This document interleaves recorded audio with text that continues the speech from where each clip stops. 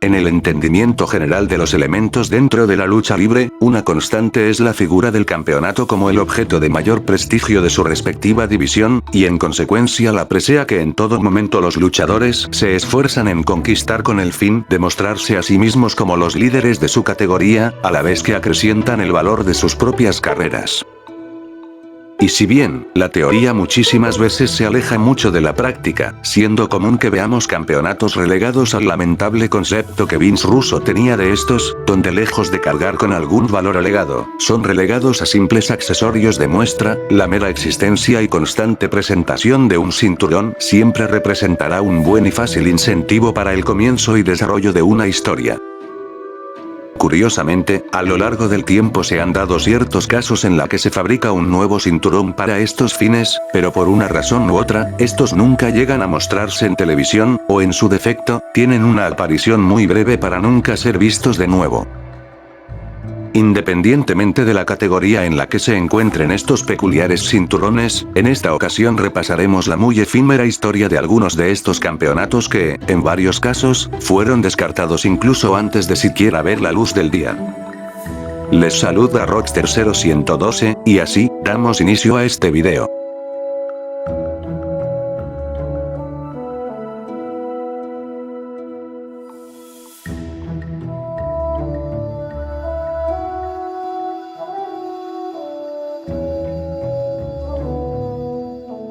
Para el año de 2010, Matt Cardona, entonces conocido como Zack Ryder, estaba en uno de los puntos más bajos de su carrera, siendo un luchador de cartelera inferior utilizado casi que únicamente para que otros tuvieran la oportunidad de brillar mediante una victoria rápida, por lo que no era extraño que, a ojos del fanático, encabezaba la lista para ser uno de los próximos liberados en cada una de las olas de despido. Zack, sin embargo, tenía otros planes. Haya sido con la intención de resurgir en popularidad frente a los fanáticos, o como un mero pasatiempo alternativo a su trabajo, Ryder crearía un programa semanal en YouTube llamado True Long Island Story, en una época en la que el fenómeno youtuber aún no explotaba al nivel de años posteriores, y mucho menos entre personas que eran previamente figuras públicas. Quizás es por esto, junto por supuesto con el carisma del propio luchador, que su show crecería bastante rápido, ganándole a Ryder un gran aumento de simpatía frente al público. Como celebración, Zack empezaría a referirse a sí mismo como el campeón de Internet, e ilustraría este título con un campeonato intercontinental de juguete, con calcomanías de redes sociales en las placas laterales y una etiqueta con la palabra Internet, sobre el espacio donde normalmente diría Intercontinental. A medida que su espectáculo continuó en aumento y la audiencia seguía floreciendo, la WWE empezó a prestarle más atención al luchador, dándole más tiempo en pantalla y promocionando el programa del mismo, por lo que Ryder se motivaría para hacer lo posible por conseguir un campeonato genuino y personalizado. Es de aquí que surgiría el ya conocido por muchos campeonato de Internet, creado por Wildcard Belts, quienes, como referencia, son los mismos que crearon casi todos los diseños actuales de los campeonatos de la empresa McMahon.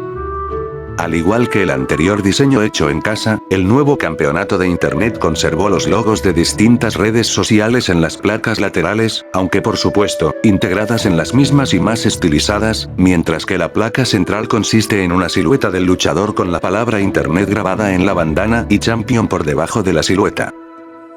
Pero a pesar de la popularidad tanto del cinturón como del propio luchador entre el universo de WWE, y de la intención de Zack por mostrarlo en los programas principales, lamentablemente para él la atención por parte de la empresa de la que gozó fue más bien efímera, regresando a un estado similar a como estaba en el inicio más temprano que tarde, y de la misma forma, su campeonato tampoco sería visto dentro de la programación de la empresa, cosa que curiosamente aunque sea por unos segundos, sí logró la versión más primitiva de este, aunque sí que ha sido visto en diferentes house shows.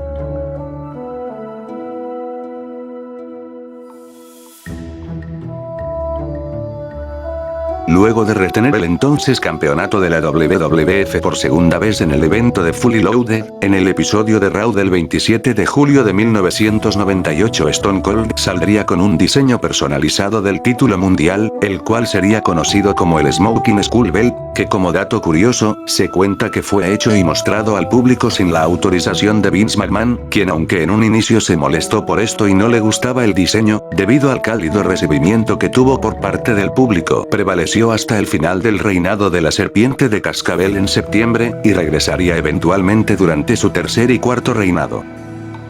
Es por el éxito de este que a la empresa se le ocurriría darle también su propio diseño a La Roca, el hombre con el que Austin se disputaba ser la cara principal de la promoción, surgiendo de esta forma el Brahma Bull Belt, un cinturón de placas doradas en donde tanto la central como las laterales destacaba el relieve de un toro con la ceja levantada, haciendo referencia al icónico tatuaje del luchador. Sin embargo, pese a que el cinturón fue acabado y estaba listo para debutar, nunca aparecería en televisión, mientras que la razón detrás de esto nunca ha quedado del todo clara. Mientras algunas fuentes mencionan que fue un problema de tiempo, otros cuentan que este simplemente se extravió, aunque esta versión ya ha sido desmentida hace mucho. Por su parte, La Roca ha mencionado que la razón por la que este diseño no llegó a aparecer en ningún programa transmitido fueron meramente creativas, y tomando sus palabras y agregando mi propia percepción personal, diría que el cinturón tuvo la mala suerte de ser terminado en fechas cercanas a SummerSlam de 1999, donde aparentemente por un desinterés por estos diseños personalizados por parte de la empresa, también retirarían permanentemente el Smoking Skull de Steve Austin.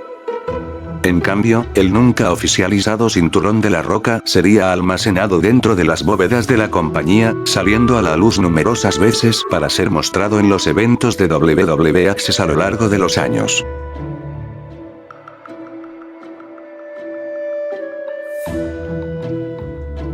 Como todos, el diseño del campeonato intercontinental de WWE ha sufrido de varias transformaciones desde su creación en 1979, aunque es un hecho que, incluso si su forma actual ha tenido una buena aceptación, su quinta base de estética, resucitada en 2011 de manos de Cody Rhodes y que estuvo vigente hasta el 2019, prevalece como la más icónica y por lo tanto, la que llegará a la mente de la mayoría al mencionar el nombre del título.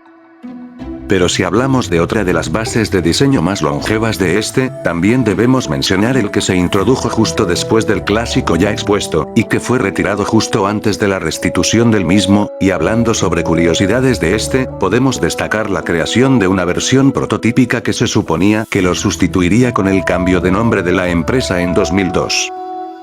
Esta fue hecha por los ya mencionados Wildcat Belts, y la realidad es que en ningún momento estuvo pensada para ser mostrada al público, sino como una versión de prueba, en la cual se pueden apreciar detalles tanto del diseño de la era Actitud, como de su antecesor, y fue creado más como una muestra de calidad de la mano de obra de Wildcat, ya que hasta este punto el fabricante de confianza de la empresa había sido el legendario Reggie Parks, responsable de obras como esta base de diseño, y del que para mí es la mejor versión que ha tenido el campeonato de WWE en toda su existencia, el Winged Eagle. Por su parte, la pieza conceptual de Wildcat presenta unos muy notables logotipos scratch de la WWE, lo que si bien hace que las placas se vean saturadas e incluso poco estilizadas, es muy probable que la razón tras de esto haya sido mostrar las opciones de ubicación del logo para la versión final.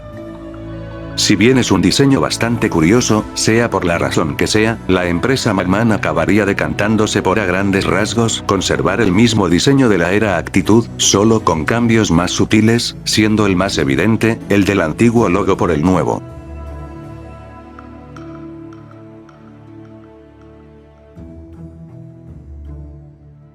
André el Gigante es, y posiblemente siempre será recordado como el mayor ícono entre los luchadores gigantes dentro de la industria. Con una altura de 7 pies y un peso presumible de por lo menos 500 libras, el también conocido como la octava maravilla del mundo lograba hacer que incluso los considerados hombres grandes parecieran pequeños en comparación. Es por esta razón, que durante su búsqueda del campeonato de la WWF de Hulk Hogan en 1987, requirió que la compañía tomara ciertas medidas especiales. En este caso, si André ganaba el título mundial en WrestleMania 3, el cinturón de Hogan habría sido demasiado pequeño para la gigantesca cintura del francés, por lo que en consecuencia, se creó un campeonato completamente nuevo exclusivo para él. En principio, este compartía muchas similitudes con el diseño de ese entonces, conocido como el cinturón Hogan del 86, con la particularidad de poseer una correa de más de 1,5 metros de longitud y unas placas proporcionales a aquel tamaño, en las cuales se podrían apreciar más detalles que el original no tenía, destacando un planeta más circular que ovalado, el tener un águila a cada extremo de este, y la colocación de las palabras World Heavyweight Wrestling Champion.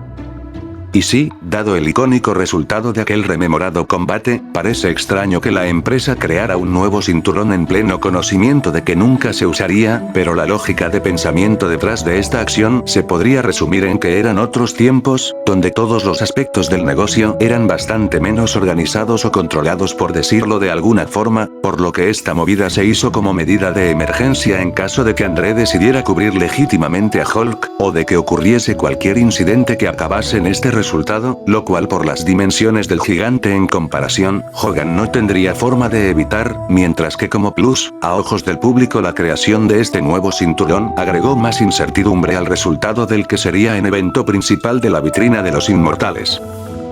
Aunque solo en muy pocas ocasiones y no de la manera usual, este campeonato sí lograría aparecer en televisión, principalmente en el escritorio de Primetime Wrestling, además de su presentación oficial en el Piper's Pit, destacando automáticamente por su imponencia frente al cinturón original, y siendo sin duda digno para quien debía ser su gigantesco portador.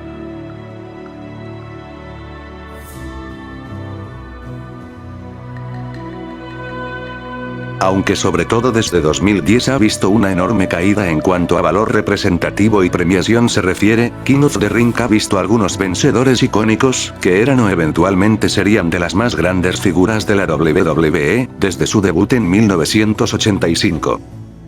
Desde su segundo ganador, Harley Race, quien fue el primero en llevar el gimmick luego de su victoria, la codiciada corona fue un galardón consumado cuando el torneo se convirtió en su propio pague por ver en 1993, y a partir de ahí, el título de Rey estuvo en manos de atletas legendarios como Bret Hart, Steve Austin, o Triple H. Pero incluso en la considerada época dorada del torneo hubieron ganadores más infames, siendo popularmente el más destacado Mabel. Al derrotar a Savio Vega en la final, el gigantesco luchador de más de 500 libras se coronó como el ganador de la edición de King of the Ring de 1995, que también es considerado como uno de los peores eventos en la historia de la compañía McMahon. Aún así, ya no se podía negar que la gloria era suya, y para celebrar esta ocasión, Mabel le pediría al ya mencionado Reggie Parks, con quien mantenía una cercana amistad, que le creara un cinturón personal que conmemorara su galardón, naciendo poco después el campeonato King of the Ring. El campeonato es algo peculiar en comparación con el estándar a la vez que bastante simple, con una placa central con forma de corona, el logo de aquel entonces del torneo en el centro, con la leyenda World Wrestling Federation por encima y por debajo, y 4 banderas a cada lado de las placas laterales. Como podría esperarse, este nunca apareció en la programación de la entonces WWF, aunque sería visto en público numerosas veces, pues Mabel lo utilizaría en distintas promociones en el circuito independiente.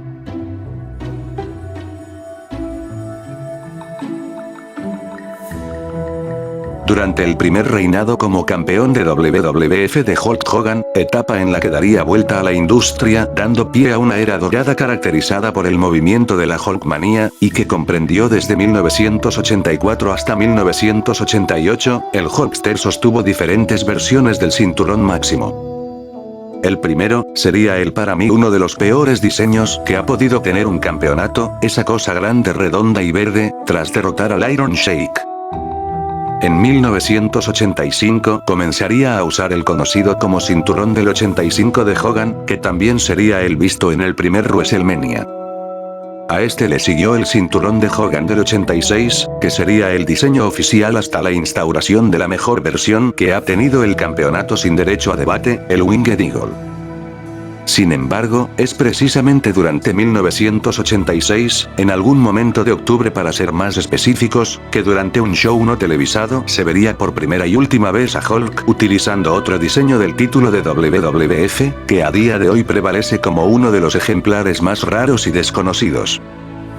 El denominado cinturón misterioso de Hogan destaca entre todos los demás no solo por haber sido visto en un solo show el cual ni siquiera fue transmitido, sino también por la peculiaridad de su diseño para el estándar de la empresa McMahon, empezando por la orientación vertical y forma ovalada de la placa central, que recuerda al campeonato mundial en parejas de 6 hombres de la WCW, o al campeonato de la televisión de Ring of Honor utilizado de 2013 al 2017. Otra singularidad a destacar, es la inclusión de una foto de Hogan en el centro de la placa principal, dándole un porte aún más único al cinturón, muy probablemente como un método alternativo para la personalización del mismo según su ostentor, tal como las plaquillas que solían usar en el pasado, o las placas laterales que se usan en la actualidad. Fuera de este, han sido solo 2 los cinturones en WWE, que alguna vez han llevado esta particular característica de la foto del ostentor, siendo estos el primer diseño del título, con una imagen de Buddy Rogers, y el campeonato femenino, con una imagen de Lillian Ellison.